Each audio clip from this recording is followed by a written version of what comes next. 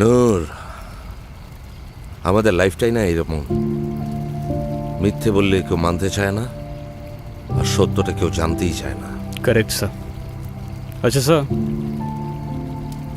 আপনার সাথে কাজ করতে করতে অনেকটা সময় পার হয়ে গেছে, কিন্তু কখনো আপনার পার্সোনাল লাইফ সম্পর্কে জানা হয়নি। কাউকে ভালোবেসেছিলেন স্যার? ভালোবেসেছিলাম। আরে বাহ, কে ছিল স্যার? নীলু, আমার স্ত্রী। আমরা দুজন ভালোবেসে বিয়ে করেছিলাম। কিন্তু জানো তো নূর, মানুষের লাইফ সো আনপ্রেডিক্টেবল। বিয়ের বছরখানেকের পর থেকেই নীলু মেন্টালি আনস্টেবল হয়ে পড়ে। সারাক্ষণ ভয় পেত এবং বিষণ্ণতায় ভুগত।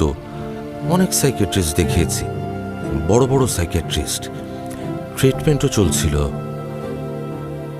এরকম সময় একদিন আমি অফিস থেকে বাসায় ফিরে দেখি নীলু,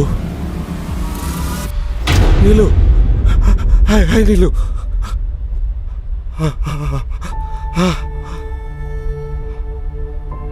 এটা তুমি কি করলে নীলু? এটা তুমি কি করলে?